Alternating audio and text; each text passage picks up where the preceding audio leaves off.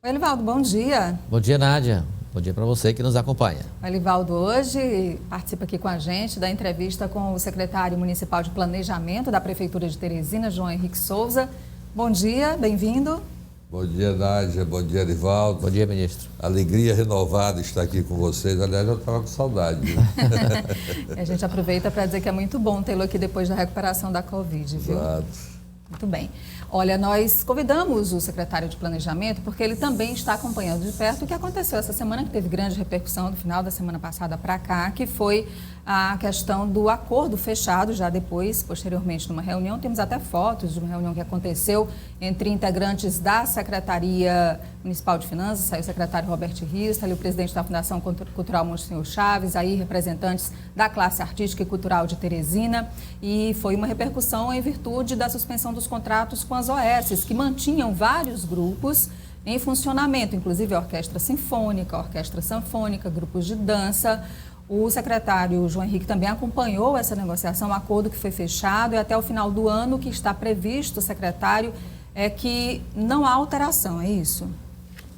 Na realidade, este assunto ele veio à baila até porque essa área cultural é uma área que permeia toda a estrutura social, e há situações interessantíssimas com relação à Orquestra Sinfônica, por exemplo, que todos sabem, eu tive uma participação muito grande no surgimento da orquestra, tendo em vista que foi o Correio, quando eu era o presidente, os Correios, que patrocinou a estrutura de aquisição de todos os instrumentos que formam a Orquestra Sinfônica. A Prefeitura tinha uma orquestra de câmara, e aí numa conversa que eu tive com o Aurélio, nós então trabalhamos o surgimento da Orquestra Sinfônica. Agora esse episódio eu considero um episódio vencido.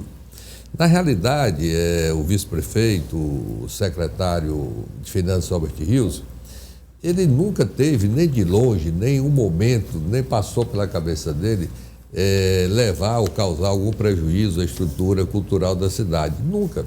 O que ocorre é que existem novas ideias de uma nova administração. Como a gente conversa, e o doutor Pessoa sempre nos diz, nós não estamos ali na prefeitura para inventarmos a roda, mas também nós temos que usar pneus novos, né, nas rodas, tendo em vista que a administração é uma nova... Tem legitimidade para isso, sim, né? Sim, legitimidade. Na realidade, quando o doutor Pessoa se elegeu porque a sociedade disse que queria um novo modelo de administração. E ele tem este novo modelo, ele busca esse novo modelo. Na realidade, a proximidade do nosso prefeito com a população, ela é alguma coisa extremamente especializada, principalmente com os mais pobres, os mais humildes.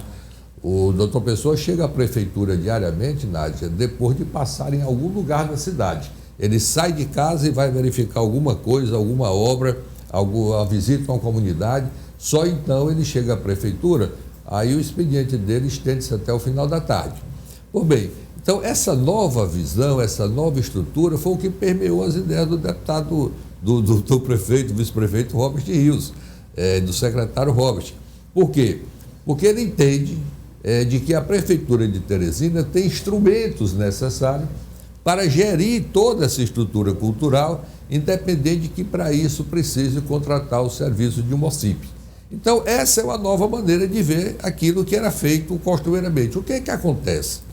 Eu acho que como as pessoas, de um modo geral, estavam acostumadas a uma fórmula que já vinha há 32 anos, qualquer alteração que é feita causa no primeiro instante um espanto. Mas é natural que essas alterações ocorram em uma nova gestão. Eu digo sempre o seguinte, a Nádia chega na televisão e coloca a bolsa dela ali em cima daquele negócio que eu estou olhando aqui para ela. Você está revelando meus bastidores aqui. Se você chegar aqui amanhã e não tiver aquilo ali onde você coloca sua bolsa diariamente, você sente alguma coisa estranha. Cadê o objeto que estava aqui que eu botava na minha bolsa? Então isso é o que acontece. Você tem uma nova gestão. A administração do doutor Pessoa é uma nova gestão. Em consequência disso, aqui e ali existem mudanças, existem adaptações, absolutamente natural. Secretário, e por falar em nova gestão, ela enfrenta também uma situação complicada na área que diretamente não está relacionado à sua pasta, mas o planejamento também acaba sendo provocado. A área dos transportes está em andamento na Câmara Municipal uma comissão parlamentar de inquérito que analisa a crise deste setor, que é essencial para a cidade. Na sua avaliação, qual o desfecho? O que a Prefeitura pode tirar proveito em relação ao que está se desenvolvendo na Câmara Municipal de Teresina em relação a essa área crucial? Eu acho que muito proveito. Na realidade, Erivaldo, essa questão do transporte público, ela é uma dificuldade existente em prefeituras dos municípios. Ele nunca atende aquilo que deveria atender. E Teresina não era diferente. Já se sabia que o transporte público de Teresina não atingia os anseios da população. Então chega a nova gestão e qual é o entendimento? O empresariado tem um contrato com a Prefeitura de Teresina. Esse contrato é um contrato aí de muitos anos, né?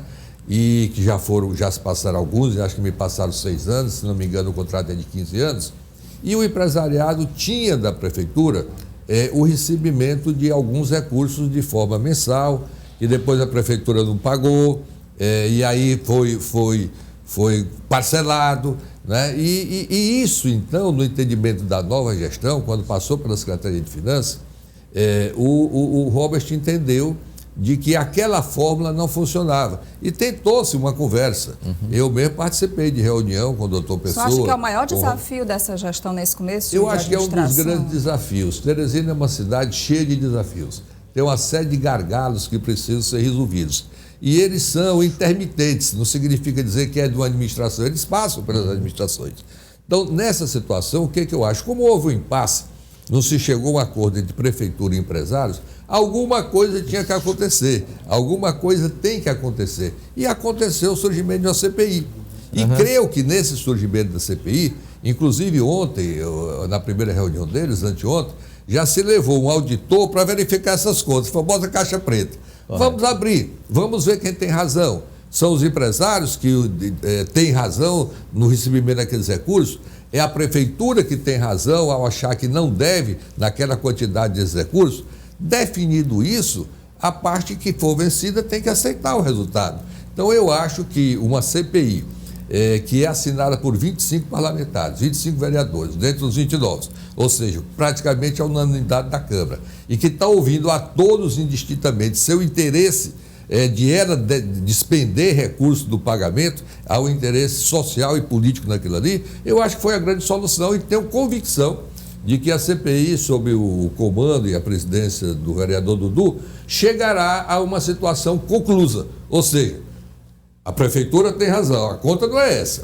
Não, a prefeitura não tem razão, os empresários têm razão, a conta é essa. E aí haverá uma definição que permita aumentar o volume de ônibus circulando na capital do Piauí. Agora, outro assunto que diz respeito, este sim está no seu gabinete já e poderá, inclusive, Nádia, gerar polêmica e que deve começar nos próximos dias, é a privatização dos serviços de coleta e tratamento de lixo urbano em Teresina.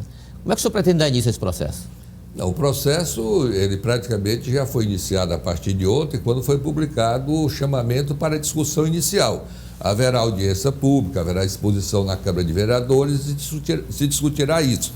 Hoje à tarde mesmo, nós temos uma demonstração minuciosa para o prefeito, doutor Pessoa, no sentido de dizermos todos os detalhes de como será feito isso, que já é feito em todas as grandes cidades, em todas as principais cidades do Brasil. Chega um instante em que a estrutura de coleta de lixo e utilização desse lixo, que hoje não tem nenhuma, hoje ela é jogada a céu aberto, no lixão precário, ele tem que ser tratado, ele pode dali gerar energia, ele tem uma série de coisas a serem feitas que o poder público não tem a estrutura necessária para fazer. Então se faz através de uma licitação pública, onde uma empresa admite e uma empresa recebe isso, a fiscalização da prefeitura ocorrerá permanentemente, os valores a serem pagos por isso, pelo usuário, eles respeitarão aqueles que produzem pouco, pagarão nada, da mesma forma que é a energia elétrica, que é